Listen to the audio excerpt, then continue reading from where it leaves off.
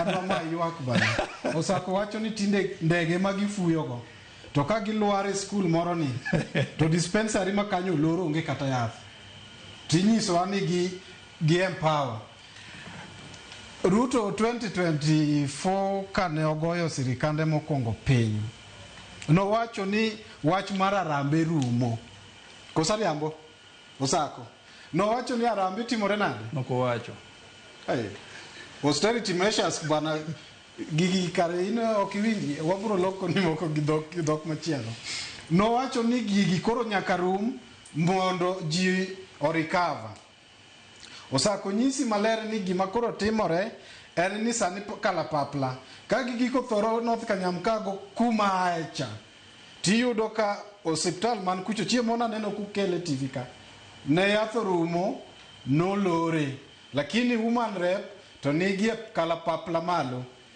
Nyisi ni sirikal ma wan go kawuono ofail nikech priority onge. Sani nyithindo winjo donje skul mag mbalariany tarika 18 nyaka dwe moro 9. Bati kamibede no ing'eyo ni giywak moko noko chul iga mokalo around 100,000.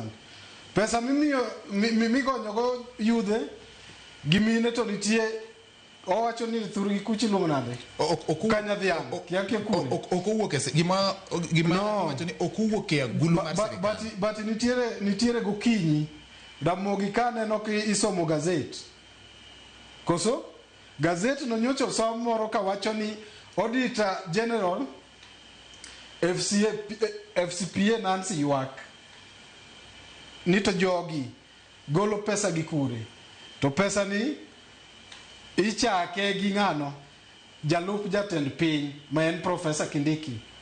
Tiwinjo konyisi ni joma engineers mamiyo ji jamna gin Faruk.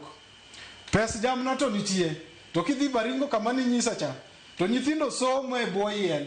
Priority mar sirikand ni osefail, kendo mane momiyo seche moko dhiera ni to ere ng'ama nyalo konyo sirikand nikech jomatindo machalo Sako gine emana paro ni nyalo golo advice ni kama koro piny ogike ni priority mar idho ndege cha, pes ndege cha watere school, pes ndege cha watere dispensary, pes ndege cha watere go yedhe osiptende, pes ndege cha iwinjo wuod tsunami water ne governors gi mondo dhi oger go ECD schools mano onge. Osako gini wacho mani en koro empowerment ma en go komiye siling mo matino nyiewo go koti gitai koro tweyo ni mane dongruok kaka noduoki. But Nyisa ni priority mar jogi